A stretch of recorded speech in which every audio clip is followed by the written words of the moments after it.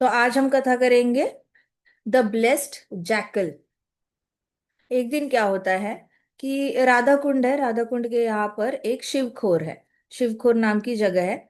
तो वहां पे एक फीमेल जैकल थी। ठीक है। फीमेल जैकल वहां पे पानी पीने आई थी, राधा कुंड के यहाँ पर शिवखोर के यहाँ पे पानी पीने के लिए आई थी। और वहां पे कुंड है, वहां पे पानी पीने आई, तो वो रजवासी जितने भी लड़के थे वहां पे वो बड़े ही मजाकिया मूड में थे। तो मजाकिया मूड में उन्होंने क्या किया ना, कि जैसे ही जैकल दिखी, इन लोगों ने हाथ में स्टिक्स लिए, उनको तो बस भागना था, जैसे बच्चे भागते हैं ना, एक दूसरे के पीछे पकड़म पकड़ाई करते हैं। तो वैसे ही ये लोगों ने स्टिक्स लिए और वो जैकल के पीछे भागने लग गए, अपने अपने मतलब मस्ती मूड में थे, भागने लग गए। तो जैकल, वो फीमेल जैकल थी, वो बड़ी डर गई, वो बहुत ज्यादा डर गई, उसको लगा कि अब ये लोग मार डालेंगे उसको। तो वो इतनी डर गई कि वो एक होल होता है ना, पत्थर, दो पत्थरों का, ऐसे बड़े बड़े पत्थर होते हैं और बड़े पत्थरों के ऐसे पत्थर होते हैं, तो उसके होल में जाके ऐसे छिप गई अंदर जाकर। तो दो पत्थरों का काइंड ऑफ केव लग रहा था, लेकिन केव नहीं था। दो बड़े बड़े पत्थर एक दूसरे के ऊपर ऐसे गिरे थे और उसके अंदर जो होल बन रहा था, वहां पे जाके वो छिप गए। तो ये सारे जो लड़के थे, ग्वाले जो थे, उन्होंने क्या किया, छोटी छोटी अपनी जो स्टिक्स लाई थी, उन्होंने वो जो पत्थर थे उसके बाहर ऐसे ऐसे खड़े करके रख दिया। फिर उन्होंने घास फूस, जो सूखी हुई घास होती है ना, वो भी वहां पे रख दी और उन्होंने आग लगा दी। वो जो और डरी है ना जैकल, उसको और डर आना है। तो इन लोगों ने क्या किया, ये सारे स्टिक्स थे, स्टिक्स और सूखा हुआ घास था, वो इकट्ठे किया और इन्होंने आग लगा दी एंट्रेंस पे, जिस होल में चली गई थी अंदर, वहां भी एंट्रेंस पे उन्होंने आग लगा दी। अभी वो जो फीमेल जैकल थी वो कहीं से बाहर ही नहीं निकल पा रही है, बाहर भागेगी कहाँ से, है ना, होल में चली गई है और एंट्रेंस पे ही आग लगी है, तो वो बाहर कैसे, वो तो तड़प के अंदर मर ही जाएगी।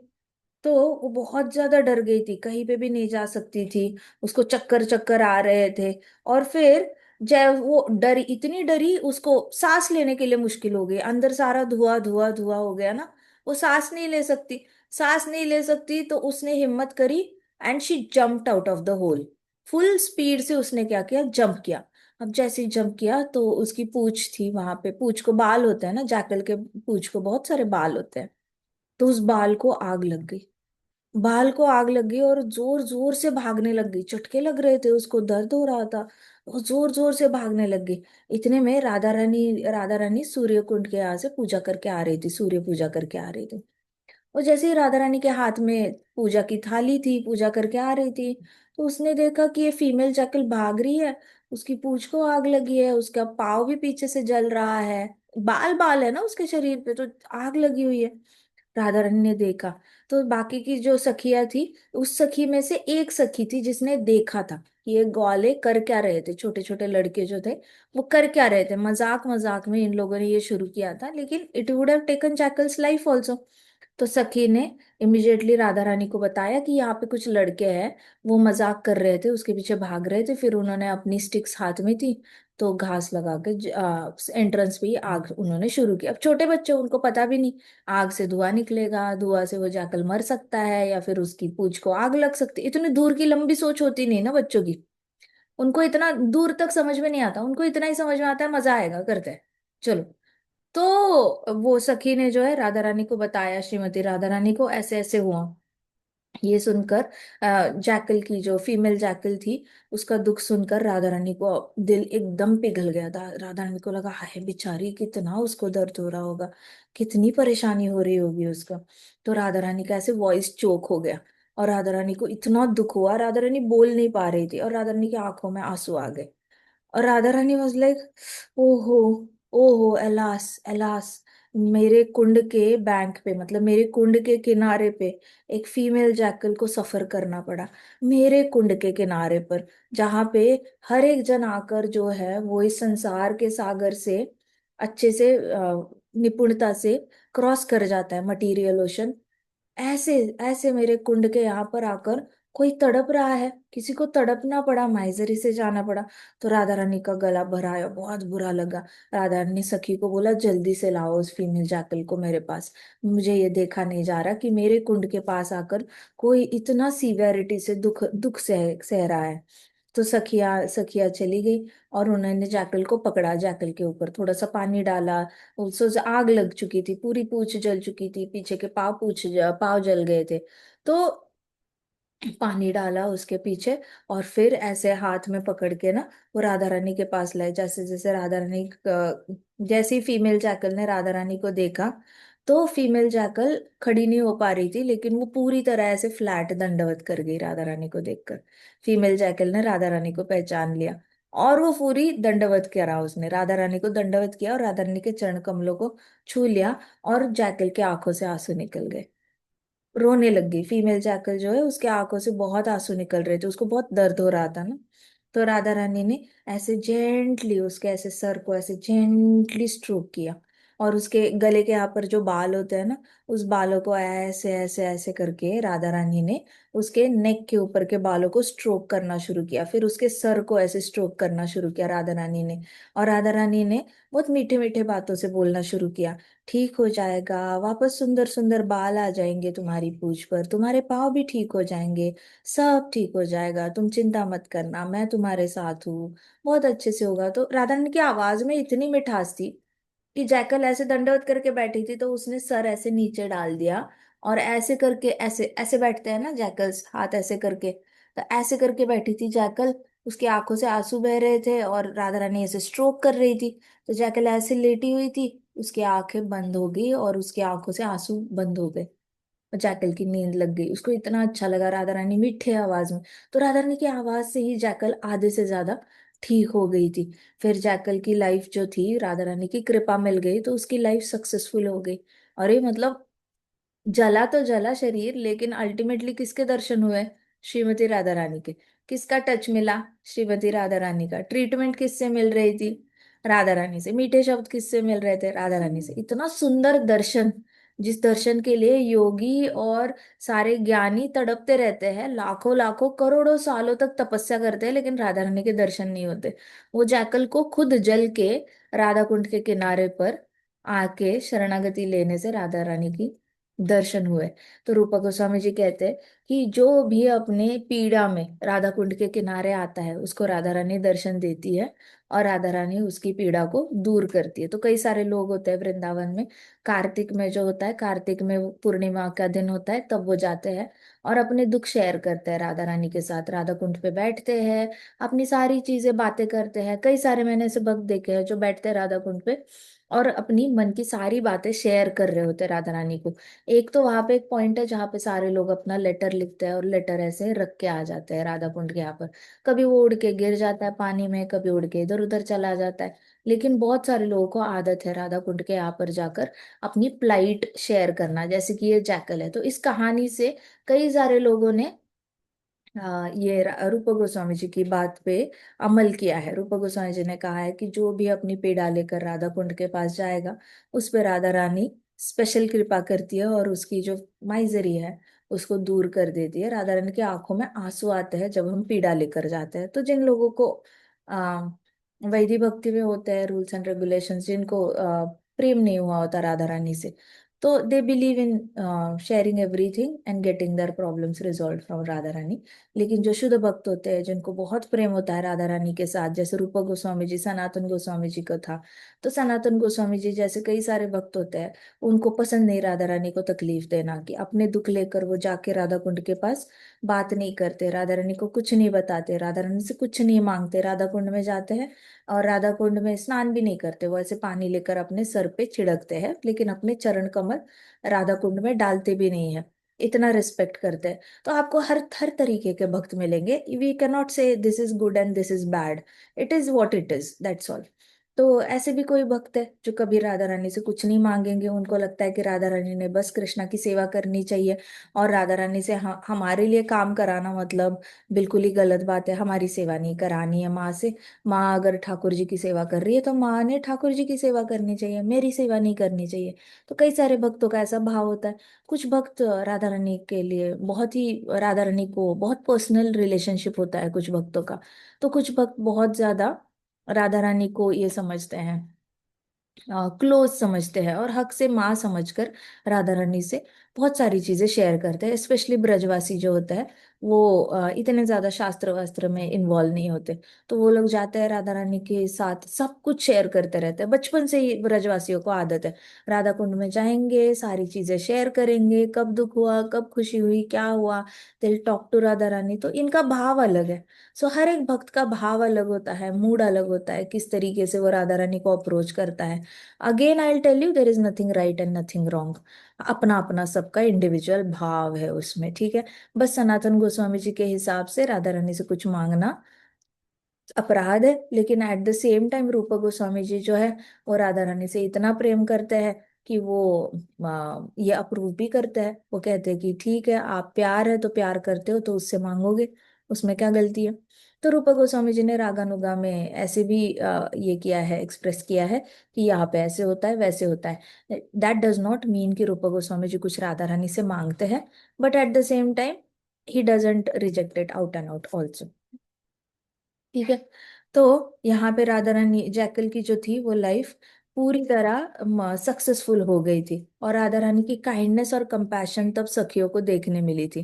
नॉर्मली राधा रानी कृष्ण के सेपरेशन में रोती है, लेकिन इस बार राधा रानी किसके लिए रो रही थी? अपनी ही एक बच्चे के लिए रो रही थी। इसका मतलब ऐसा नहीं कि राधा रानी को सिर्फ मनुष्य योनि के लिए प्यार है या अपने भक्तों के लिए प्यार है। जैकल तो भक्त था भी नहीं, है ना।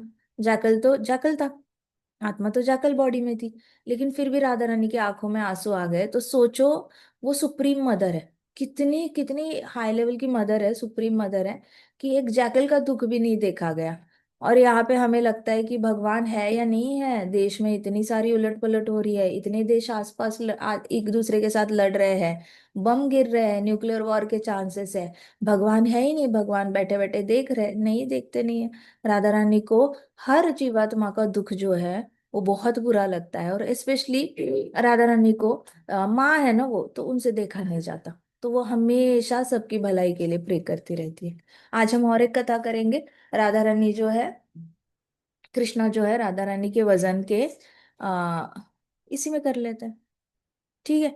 सो और एक कथा करते हैं हम, जिसमें कृष्णा जो है राधा रानी के वजन के ज्वेलरी जो है वो डोनेट करते हैं। तो एक दिन क्या हुआ, एक बहुत ही पुअर ब्राह्मण था, गरीब ब्राह्मण था। तो उसके पास एक बेटी थी। उसने बड़े प्यार से उस बेटी को पाला हुआ था, बचपन से ही वो अपनी बेटी से बहुत प्यार करता था। उसको शास्त्रों का ज्ञान देता था, और उसको सारे, उसकी माँ जो थी, वाइफ जो थी, वो अपनी बेटी को बहुत अच्छे से घर के सारे काम सिखाती थी। तो उसको, वो ब्राह्मण की बेटी थी, तो ब्राह्मण की बेटी थी तो उसको पूजा करना आता था, यज्ञ हवन करना आता था, मंत्र पठन करना आता था। पिताजी से उसने शास्त्र भी पढ़े थे, और माँ से उसने बहुत अच्छे से घर की कलाएं भी सीखी थी, कि घर कैसे संभालना है, खाना कैसे बनाना है, डेकोरेशन कैसे करना है, एम्ब्रॉयडरी कैसे करनी है, पर्दे कैसे सिलने हैं, क्लोथ्स कैसे स्टिचिंग करना है, श्रृंगार कैसे करना है। ये सारा अपनी माँ से वो सीखती थी, रंगोली कैसे बनानी है, दिए कैसे लगाने हैं। तो ऐसी छोटी छोटी चीजें, ब्राह्मण फैमिली थी तो उसने बड़े प्यार से बड़ा किया था अपनी बेटी को। अब हुआ क्या कि ये बेटी थोड़ी सी बड़ी होगी, जैसे जैसे बड़ी होगी तो ब्राह्मण को लगा, हाय, मेरे पास तो लक्ष्मी नहीं है मेरी बेटी की शादी कराने के लिए, मेरे पास तो इतना पैसा ही नहीं है, अब मैं क्या करूंगा। मैं अपनी बेटी की शादी तो कराना चाहता हूँ बहुत बड़े घर में। हुआ क्या था, बच्ची जब छोटी थी तो ये सब दोनों भी रिनंसिएशन में थे, हस्बैंड और वाइफ, जो फादर था और ब्राह्मण वाइफ थी। तो ये दोनों रिनंसिएशन मोड में थे। रिनंसिएशन मतलब क्या? वैराग्य में। तो उनको लगता था बेटी को भी ऐसे ही, हमारे जैसे ही वैराग्य होगा, और उसको भी हम ऐसे नॉर्मल नॉर्मल फैमिली में देंगे। खाने के लिए लगता ही क्या है, हमें एक टाइम हम खा लेंगे तो भी भगवान का नाम लेकर हम जिंदा रह सकते हैं, तो इतना कुछ जरूरी होता नहीं। लेकिन जैसी बेटी बड़ी होने लग गई ना, आसक्ति बढ़ने लगी बेटी के साथ। आसक्ति बढ़ने लग गई तो सपने भी बड़े होने लग गए। जैसे कुछ लोग होते हैं, कहते हैं कि नहीं, मुझे अपने बेटे को बाहर की कंट्री में ही पढ़ाना है, मुझे अपने बेटे को बहुत बड़ा टाइकून बनाना है, मुझे अपने बेटे पे बहुत अच्छे से उसके लिए घर लेकर रखना है, उसको अच्छी यूनिवर्सिटी में पढ़ाना है, उसको बिजनेस खोल के देना है, उसके लिए अच्छे अच्छी चीजें बना के रखनी है, प्रॉपर्टीज बना के रखनी है, लैंड बना के। तो जितनी भी दुनिया घूम रही है ना, वो सब अपने बच्चों के इर्द गिर्द ही घूम रही है सबकी। ब्रह्मा जी ने प्रकृति ऐसी बनाई है कि एक बार बच्चा हो जाता है तो दुनिया गोल है, लेकिन हर एक की दुनिया अपने बच्चों के आसपास ही घूमती रहती है। कोई भी अपने लिए करना छोड़ देता है। इसलिए कहते हैं कि जैसे ही बच्चे हो जाते हैं तो इंसान के अंदर थोड़ी सी क्यों ना हो सेल्फलेसनेस आ जाती है, निस्वार्थ बुद्धि आ जाती है। वो अपने लिए करना छोड़ देता है और बच्चों के लिए करना शुरू करता है। लेकिन भगवत गीता में तो इसको भी त्याज्य बोला गया है। भगवत गीता में कहा गया है कि आप जो भी बच्चे के लिए या अपने लिए जो भी आप कर्तव्य करते हो वो भगवान कृष्ण के सेटिस्फैक्शन के लिए करना चाहिए। लेकिन भौतिकवादी ये बात भूल जाते हैं। तो अभी ब्राह्मण और ब्राह्मण की पत्नी लेते तो थे हरि नाम, लेकिन बेटी बड़ी हो रही है तो बेटी से बहुत प्यार होने लग गया था, उनको आसक्ति होने लग गई। अब आसक्ति बढ़ते बढ़ते ऐसे हो गया कि पत्नी ने ब्राह्मण को बोला, पति को बोला कि सुनो, मैं चाहती हूँ हमारी बेटी बहुत अच्छे घर में जाए, जिस घर में जाके उसको खाने के लिए स्ट्रगल ना करना पड़े, वस्त्र के लिए स्ट्रगल ना करना पड़े, अगली अगला मील कहाँ से आने वाला है उसके बारे में सोचना ना पड़े, उसके पास ढेर सारी गायें हो, उसके पति के पास जमीन हो, और उसका पति उसको बहुत अच्छे से लग्जूरियसली अपने पास प्यार से रखे। मैं ऐसा घर चाहती हूँ मेरी बेटी के लिए। तो ब्राह्मण को बड़ा टेंशन हो गया। ब्राह्मण वाज लाइक कि अब मैं कैसे करूंगा, अब बेटी को बड़े घर में देना है तो हमारे पास भी उतनी ही लक्ष्मी होनी चाहिए। हम लक्ष्मी दे पाए तो बड़ा घर वाले हमारी बेटी से शादी करेंगे, हम दे नहीं पाए तो ऐसे ही एवरेज कोई आएगा और उससे शादी करानी पड़ेगी। तो वो बड़ा चिंतित होकर रात रात को जागने लग गया ब्राह्मण। और वो रात को ऐसे पेस करता था रूम में, left to right, right to left, चल चल के सोचता रहता था कि पत्नी की ये इच्छा कैसे पूरी करे। पत्नी तो चाहती है बेटी बहुत बड़े घर में जाए, लेकिन बचपन से ये हमने ऐसे कोई लक्ष्मी को इकट्ठे किया नहीं है। ब्राह्मण के कल्चर कल्चर ही नहीं होता। वैष्णव और ब्राह्मण जो होते हैं वो पैसा इकट्ठे करके नहीं रखते कभी, करके रखना भी नहीं चाहिए। थोड़ा सा 25% रखना चाहिए, बाकी हमेशा बहता रहना चाहिए, दान धर्म में जाना चाहिए, लोगों की मदद में जाना चाहिए। लेकिन रखना नहीं चाहिए ज्यादा पैसा इकट्ठा करके। इकट्ठा किया हुआ पैसा हॉस्पिटल में जाता है, पुलिस के पास जाता है या लॉयर के पास जाता है, लेकिन गलत तरीके से ही जाता है। इसलिए जिनके पास बहुत सारे, देखना आप, बहुत सारे लोग जिन बहुत रिचेस होते हैं उनके पास सबसे बड़ी प्रॉब्लम क्या होती है, हॉस्पिटल वाले खर्चे उनके बहुत ज्यादा होते हैं। घर में कोई ना कोई एक केस ऐसी होती है जो बहुत बीमार होती है, उनका कैंसर का इलाज चल रहा है, अमेरिका में इलाज चल रहा है, बड़े बड़े हॉस्पिटल में इलाज चल रहा है, वेंटिलेटर में ही रखा है। तो इनके इकट्ठे किए हुए पैसे इस तरीके से जा रहे होते हैं। इनके ऊपर बहुत सारी कोर्ट केसेस भी चल रही होती है, तो लॉयर के ऊपर बहुत पैसे जा रहे होते हैं। तो वैष्णव होता है और ब्राह्मण होता है, वो कमाता है तो उसमें से सिर्फ 25% अपने पास रखता है, बाकी सारा भगवान को दान करेगा, बच्चों पे खर्चा करेगा, परिवार के सारे जिम्मेदारियां निभाएगा। तो ऐसे करके वो अपना जो है गुजारा करता है। तो ये ब्राह्मण सोचने लग गया कि मैंने अपनी बेटी के लिए कभी कुछ इकट्ठा करके नहीं रखा, और अभी उसकी डाउरी देने के लिए, डाउरी मतलब दहेज देने के लिए मेरे पास कुछ है नहीं। कोई भी अच्छे घर का लड़का मेरी बेटी को स्वीकार नहीं करेगा। अगर मैं अच्छे घर में देना चाहता हूँ तो सब मुझे यही पूछेंगे, जब तुम्हारे घर में बेटी जन्मी थी तो तुमने क्या किया इतने सालों तक। तो ब्राह्मण को बड़ी आत्मग्लानि होने लगी और वो अपने आप को ही कोसने लग गया। रात को ऐसे ही उठकर रोने लग जाता था कि मैंने क्या किया, इतने सालों तक कुछ ना कुछ सेविंग करके रखना चाहिए था, ऐसे करके अपने आप को कोसता था। तो ब्राह्मण की पत्नी थी, उसकी जिह्वा ना थोड़ी शार्प थी, मतलब क्रूड थी बहुत ही ज्यादा। अपने हस्बैंड को इंसल्ट करने से पहले उसको बुरा नहीं लगता था, बहुत ही ज्यादा रूड वर्ड से उसको इंसल्ट करती थी। तो उसने हस्बैंड को बहुत खरी खोटी सुनाई कि अब क्या फायदा है, आपने पहले से ही सोचना चाहिए था, हमारे पास बेटी है, तब तो आपने सोचा था किसी गरीब ब्राह्मण से शादी कराएंगे, अब बताओ आप करा सकते हो क्या, आपकी बेटी इतनी अच्छी है, इतना सुंदर गाना गाती है, अच्छे पकवान बनाती है, शास्त्रों का भी अच्छा ज्ञान है उसको, और आप उसको किसी गरीब को दोगे जहाँ पे खाने पीने का ठिकाना नहीं है, जिसके सर पे अच्छे से छत नहीं है, वो कुटीर में रहते हैं, ऐसे ब्राह्मण को देना चाहोगे क्या? आप अपनी बेटी का भविष्य ऐसे बुरा करना चाहते हो? आपने पहले से कभी सोचा ही नहीं। तो काफी सारी लेडीज को हैबिट होती है हमेशा हस्बैंड की गलतियां गिनवाते रहना, उसको गिल्ट में मार ही डालो बस, कि हस्बैंड हमेशा गिल्ट में ही रहे। इतना ज्यादा कॉन्स्टेंटली पुरानी गलतियां बोल बोल के उसको अंदर से ही वो, और हस्बैंड जो होते हैं वो शेयर नहीं कर पाते किसी के साथ, तो वो अंदर ही अंदर तड़पते रहते हैं कि हाँ गलती हुई है, अब क्या करें, अब करेक्ट कैसे करें, अब करेक्ट कैसे करें। तो कभी कभी मार्ग होता है, कभी कभी मार्ग होता भी नहीं है। लेकिन ये ब्राह्मण पत्नी थी उसी कैटेगरी की थी, वो बड़ा अपने हस्बैंड को सारी गलतियां गिनवाती थी। रात को जब जागता था वो पैसे के बारे में सोच रहा है, और पत्नी जो है वो उसको बोल रही है तुमने पिछले 18 साल से कुछ नहीं किया, तुमने कुछ नहीं किया, कुछ नहीं किया। भाई उसी की कमाई का खाना खाया, उसी के घर में रहे हो, उसी की कमाई के कपड़े पहने हैं आपने, उसी के नाम का सिंदूर लगाते हो और अपना ये श्रृंगार करते हो, उसी की कमाई से घर में रंगोली आ रही है, दाल चावल आ रहा है, सबको तो उसकी कमाई से ला रहे हो, फिर भी उसको बोल रहे हो तुमने क्या किया 18 साल तक, बेटी बड़ी होने तक। तो उसने बहुत क्रूडली उसका इंसल्ट किया। तो ब्राह्मण को बहुत ज्यादा बुरा लग गया, और ब्राह्मण ऐसे एक दिन बेहोश होकर गिर गया। बेहोश होया तो तब पत्नी को बड़ी चिंता हुई, फिर दूसरे दिन उठा तो पत्नी ने कहा सुनो, ये ऐसे नहीं चलेगा, एक तो आप गलती करते हो और फिर बीमारी का नाटक करने लग जाते हो, आप अभिनय करते हो बीमारी का, ताकि मैं आपको कुछ ना बोलूं। तो आप एक काम करो, आप जाओ और कहीं पे भी भीख मांगनी है वहां पे जाके किसी के भी दरवाजे खटखटाओ, भीख मांगनी है तो भीख मांगो, कहीं से भी जाओ, लेकिन मेरी बेटी के लिए आप डाउरी कलेक्ट करके लाओ। डाउरी मतलब दहेज कलेक्ट करके लाओ। आज तक आप भिक्षा मांगते गए, अब जिनके घरों में आपने इतने सारे यज्ञ किए हैं, बच्चों का नामकरण संस्कार किया है, विवाह करवाया है, तो आप जाओ गांव में सबके दरवाजे खटखटाओ और सबको बोलो मेरी बेटी की शादी करवानी है, तो मुझे थोड़ी लक्ष्मी की जरूरत है, उसका दहेज की अरेंजमेंट करनी है, आपको भीख मांगनी पड़ेगी क्योंकि आपने गलती की है। ऐसे करके उसने बड़ा क्रूडली सुबह सुबह बोला, तो ब्राह्मण बड़ा हेल्पलेस फील कर गया। तो ब्राह्मण घर से निकला और वो सोचने लग गया मैं किससे मांगू, किससे मांगू। ब्राह्मण को कृष्ण भगवान की याद आई। तो ब्राह्मण को लगा मैं सीधा भगवान के पास ही चला जाता हूँ, मैं इतने सारे लोगों से क्यों मांगू, मैं इतने सालों से तो मैंने नारायण का यज्ञ किया है, सब कुछ ही तो स्वाहा किया नारायण के नाम पर, नारायण का ही नाम लिया, नारायण की पूजा की, घर में भी नारायण है, बाहर भी नारायण की पूजा करता हूँ, तो मैं स्वयं नारायण के पास क्यों ना जाऊं।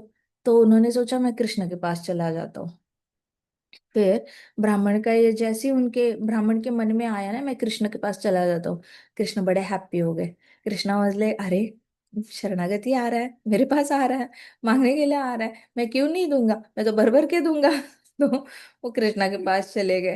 तो कृष्णा के पास जाकर ब्राह्मण ने सारी कहानी बताई कि मुझसे बहुत बड़ी गलती हो गई, मैंने अपनी बेटी के लिए दहेज कलेक्ट करके नहीं रखा, अब मेरी पत्नी कह रही है कि मैं सारे गांव वालों से लक्ष्मी मांगू, मुझे ये सही नहीं लगता, मुझे ऐसे लगता है अगर मैं पूजा करता हूँ और वो दान में पूजा के बदले जितना देते हैं वो मैं बहुत ज्यादा ग्रेटफुलनेस से ले लेता हूँ, बहुत ज्यादा संतुष्टि से लेता हूँ, और वैसे भी मुझे ऐसे लगता है एक ब्राह्मण का जीवन संतुष्टि से ही चलता है, कल कम भी मिले तो भी अल्प संतुष्ट रहना चाहिए, आपका प्रसादम समझकर हमने उसको ले लेना चाहिए। तो ये मेरा मानना है, लेकिन मेरी पत्नी जो है वो समझती है कि मैंने बहुत बड़ी गलती करी है, तो कृपा करके आप मेरी मदद करेंगे क्या, ऐसे करके कृष्णा को बोला।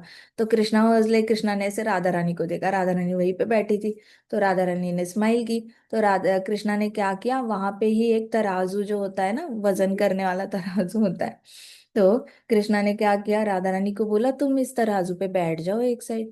तो एक साइड राधा रानी बैठ गई, और फिर कई सारी सखियां थी वहां पे, राधा रानी की सखियां थी, तो कृष्णा ने सखियों को ऐसे एक आईब्रो से ऐसे सिग्नल किया।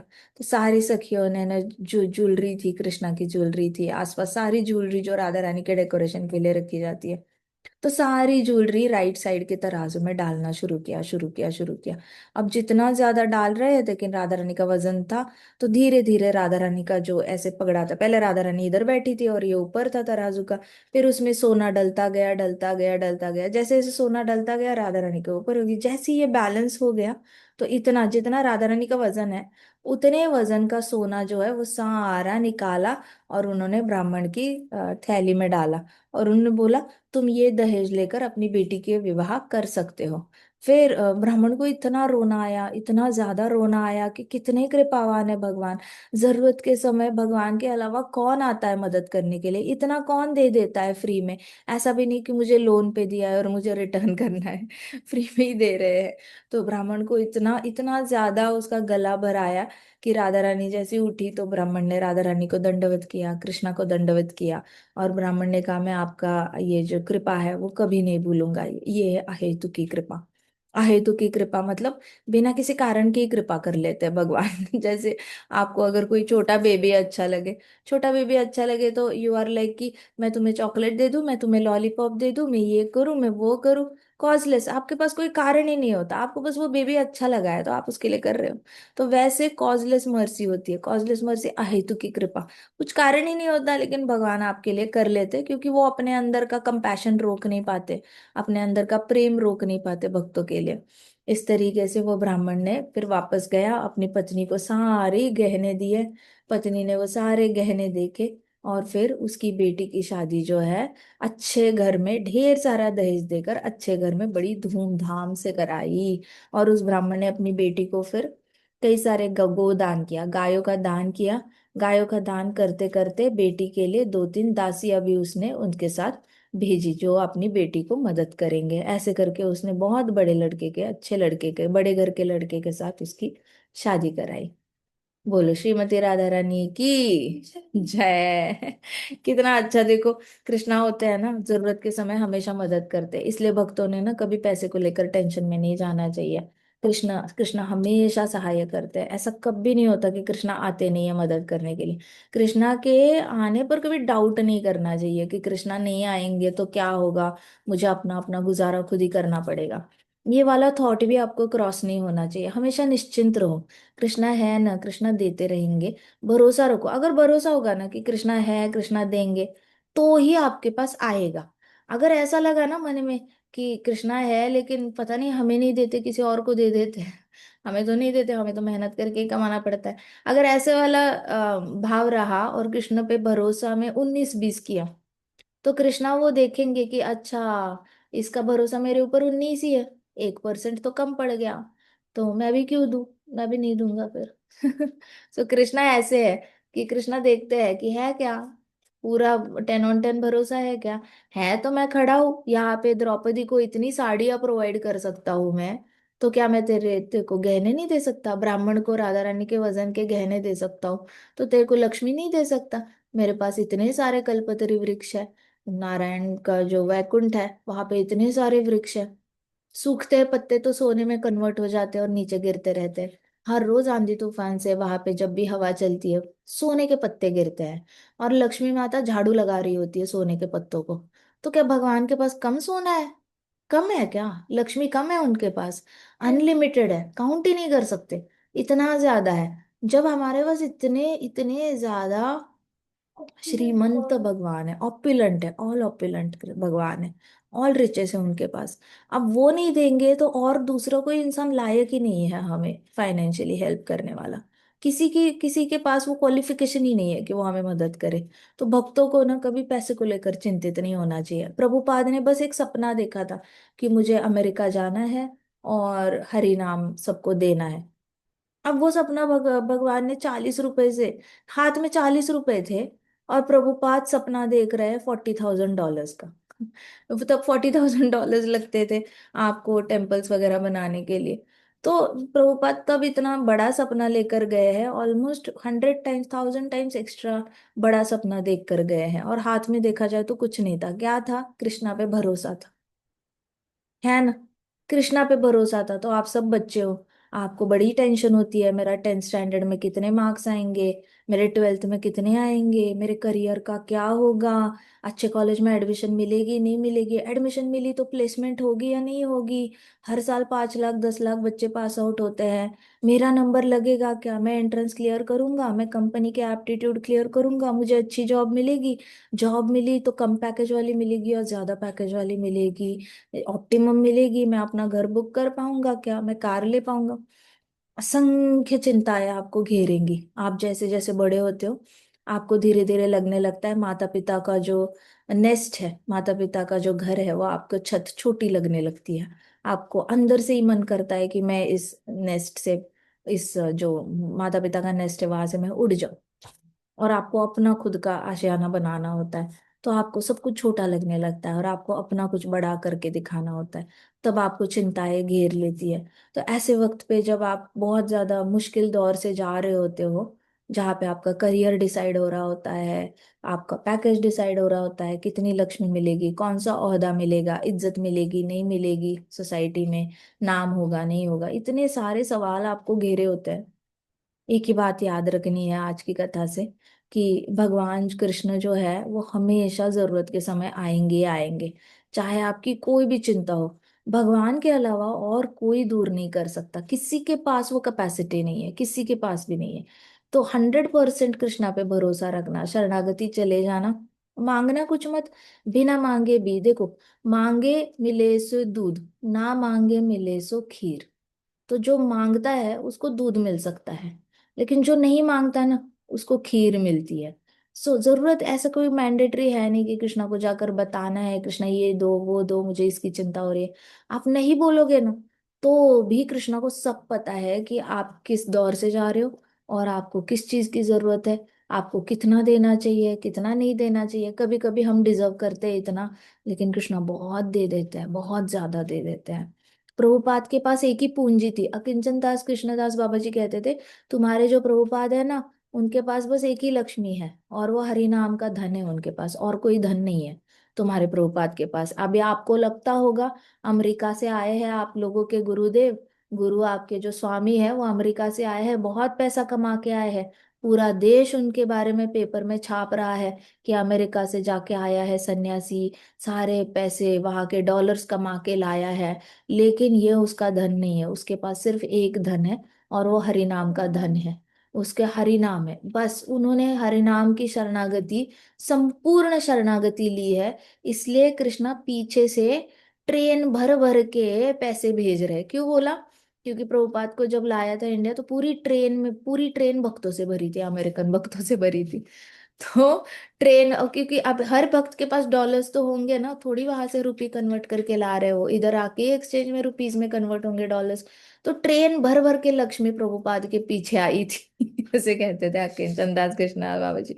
वो कहते थे तुम्हारे स्वामी के पास बस एक ही संपत्ति है, हरि नाम की संपत्ति, और कुछ नहीं है। और भगवान उसके पीछे पड़े हैं, वो जहाँ पे भी जाते हैं भगवान उसके पीछे सारी लक्ष्मी भेजते रहते हैं। और ये सच भी था, प्रभुपाद आए इंडिया में, इंडिया में भी पहले तो मंदिर नहीं बन रहे थे, अब फटाफट फटाफट हर जगह पे, उज्जैन में भी मंदिर बन रहा था, वृंदावन में भी बन रहा था, मायापुर में भी बन रहा था, दिल्ली में पैरेलली बन रहा था, मुंबई में दो बन रहे थे। तो प्रभुपाद के प्रेजेंस में ही इतने सारे सेंटर इंडिया में खुल रहे थे, ओडिशा में खुल रहा था, भुवनेश्वर में खुल रहा था, पुरी में खुल रहा था। सो प्रभुपाद सब देख रहे थे, इंडिया में भी बड़े फास्ट फास्ट सब लोग दान कर रहे थे। सो प्रभुपाद के पास थोड़ी ना ऐसा था कि मेरे पास 10,000 है, आप 20,000 दे दो और हम टेम्पल का रेवेन्यू शेयर करेंगे, ऐसा कुछ नहीं था। प्रभुपाद के पास बस हरि नाम था, और बाकी दुनिया उनके पीछे पड़ी है। ये ले लो प्रभुपाद, हमसे दान ले लो, हमसे दान ले लो, हम भी मंदिर में जुड़ जाना चाहते हैं, हम भी मंदिर बनाना चाहते हैं। एक ही संपत्ति थी हरि नाम की।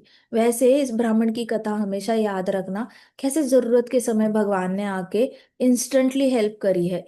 इतना इंस्टेंट तो बैंक भी लोन नहीं देता, बैंक भी नहीं देता लोन। रिलेटिव्स भी कहते हैं कि देंगे देंगे देंगे देंगे, और टाइम लगाते हैं, जल्दी नहीं देते वो। आपको 3-4 चक्कर काटने पड़ते हैं, बार बार उनके सामने बताना पड़ता है कि कम पड़ रहे हैं कम पड़ रहे हैं, आप मदद कर सकते हो। पहली बार बोलेंगे हमारे बेटे का एडमिशन हुआ, दूसरी बार बोलेंगे हमारे घर का रेनोवेशन चल रहा है, तीसरी बार कोई और कारण देंगे कि अभी हमारे हॉस्पिटल में इतने खर्चे हुए हैं, चौथी बार जाके बोलेंगे अच्छा आपने 50,000 मांगे, हम अभी तो आपको 20,000 ही दे सकते हैं, हमारे भी अपने खर्चे हैं।